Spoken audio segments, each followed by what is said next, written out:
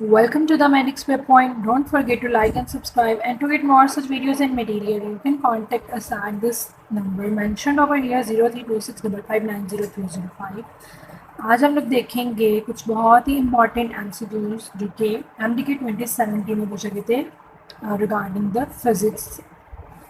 ठीक हो गया। तो यहाँ पे सबसे पहले एमसीक्यूज है हमारे पास the ratio of displacement along the diameter of a circle and total distance along the circle. सबसे पहली चीज़ क्या हमें स्टेटमेंट को अंडरस्टैंड करना है कि हमसे उन्होंने पूछा क्या है। रेशो उन्होंने पूछा है किसका, डिस्प्लेसमेंट का along the diameter of the circle और total distance along the circle.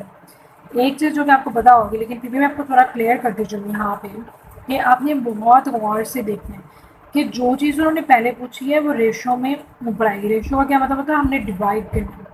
मतलब जो डिस्प्लेसमेंट होगा ना along the diameter of the circle उसको हमने डिवाइड कर देना है total distance along the circle से। तो उसके बाद जो हमारे पास फाइनल आंसर आएगा ना that will be called as the ratio. इनका क्या होगा रेशो। ऑप्शन उन्होंने हमें ये दिए हुए हैं। ठीक हो गया। तो अभी हम देख लेते हैं यहाँ पे उसको सॉल्व करते हैं। रेशो उसको हमने इस तरीके से करना है like displacement by total distance, और डिस्प्लेसमेंट हमारे पास क्या होता है along the diameter of the circle 2r होता है, और टोटल डिस्टेंस क्या होता है सर्कल के लॉन्ग, ये अपनी याद रखने 2πr होता है। और 2 से 2 कैंसिल हो जाएगा, r से r कैंसिल हो जाएगा, और हमारे पास क्या आएगा 1/पाई आएगा।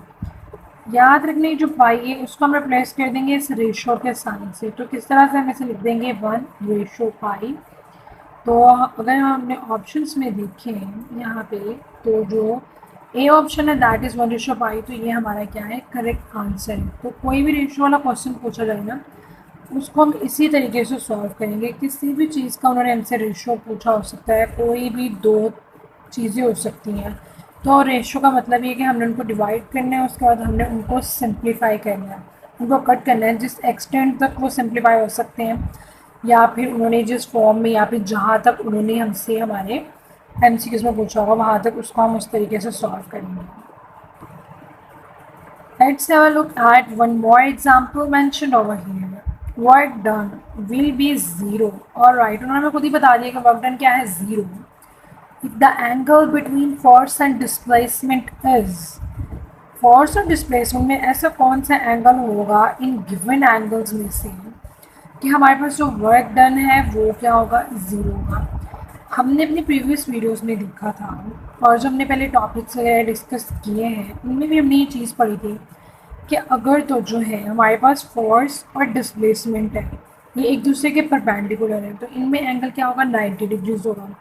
और 90 डिग्रीज क्या होगा लाइक कोस 90 ज़ीरो के इक्वल होता है। तो हमारा सारा जो वर्क डन है वो क्या होगा, वो भी ज़ीरो ही होगा। लेकिन यहाँ पे तो ऑप्शंस में कोई भी 90 डिग्रीज ऑप्शन नहीं है, या फिर ऐसा कुछ भी नहीं है कि 90 डिग्री से रिलेटेड हो कुछ, थोड़ा बहुत रिलेटेड हो। तो फिर अब हम क्या करेंगे, आपने कुछ इस तरह की चीज़ें होती हैं जो याद रखनी होती है। अब हमारे पास इतना टाइम तो नहीं ना होता है कि हम लोग वहाँ पे बैठ के सॉल्व करने लग जाएं इतने बड़े बड़े equations and all this kind of things. तो आपने याद रखना है कि वर्क डन क्या होगा, ज़ीरो होगा। कब, जब हमारे पास जो एंगल है वो 90 डिग्रीज होगा एक तो, और 270 डिग्रीज होगा तब भी वर्क डन हमारे पास क्या होगा, ज़ीरो ही होगा। यहाँ पे हमारे पास जो है गिवन ऑप्शंस में 270 है, तो वेरी सिंपली हम इसको क्या करेंगे, करेक्ट ऑप्शन मार्क कर देंगे in this way by remembering the very simple things. We can solve the MCQs very easily and simply in like less than a minute. Now let's have a look at one more example over here that is mentioned. उन्होंने हमें क्या, पहले हम इस चीज़ को समझेंगे statement को कि 1 mole of a gas occupies the volume. पहले हमने क्या बात की थी कि जो भी सारी चीज़ें हैं हमारे पास जो गिवन डेटा उसको हमने अलग कर लेने, फिर हम देखेंगे इसके मुताबिक कौन सा फॉर्मूला अप्लाई हो रहा है वो हम लगाएंगे और उसको हम सॉल्व कर लेंगे, फाइंड आउट कर लेंगे। ठीक हो गया। यहाँ पे नंबर ऑफ मोल्स एन आ गया हमारे पास, उसके बाद ऑक्युपाइज द वॉल्यूम, वॉल्यूम भी हमारे पास वी आ गया है। In a gas cylinder whose pressure is क्या है, इक्वल टू, ये उन्होंने हमें प्रेशर की वैल्यू दी थी, हमारे पास पी भी आ गया है। The temperature of the cylinder is, अगर आप गौर करें ऐसा कोई फॉर्मूला बात उन्होंने यहाँ पे की है हमारे पास लाइक किस चीज़ की, कि गैस की बात की है और उन्होंने क्या कहा है कि यहाँ पे हमारे पास एन है, वी है, पी है और टी है। ऐसी कोई इक्वेशन, तो अगर हम देखें जनरल गैस इक्वेशन, तो वो क्या है, P is equal to N R T. तो उसके अंदर आर की वैल्यू हमें पता होती है और बाकी सारी वैल्यूज यहाँ पे गिवन है, तो उसको हम लगाएंगे और जस्ट हमने टी को अलग करके वैल्यूज पुट करके बहुत सिंपली हम इसको सॉल्व कर सकते हैं। अब देखिए जैसे कि यहाँ पे मेंशन है P V is to N R T, तो ये चीज़ हमने पहले भी डिस्कस की, बहुत ही सिंपल है। जो चीज़ हमें फाइंड आउट करनी है उसे हम सेपरेट कर लेंगे, टी को अलग, तो एन आर वहाँ मल्टीप्लाई होगा था, इधर आके क्या होगा, डिवाइड होगा। सारी की सारी वैल्यूज गिवन है वो हम पुट करेंगे, हमारे पास आंसर आता है 300.6 केल्विन। लेकिन जब हम अपने ऑप्शंस देखते हैं यहाँ पे, तो हमें कोई भी इस तरह का नहीं मिलता 300 लाइक 0.6 केल्विन।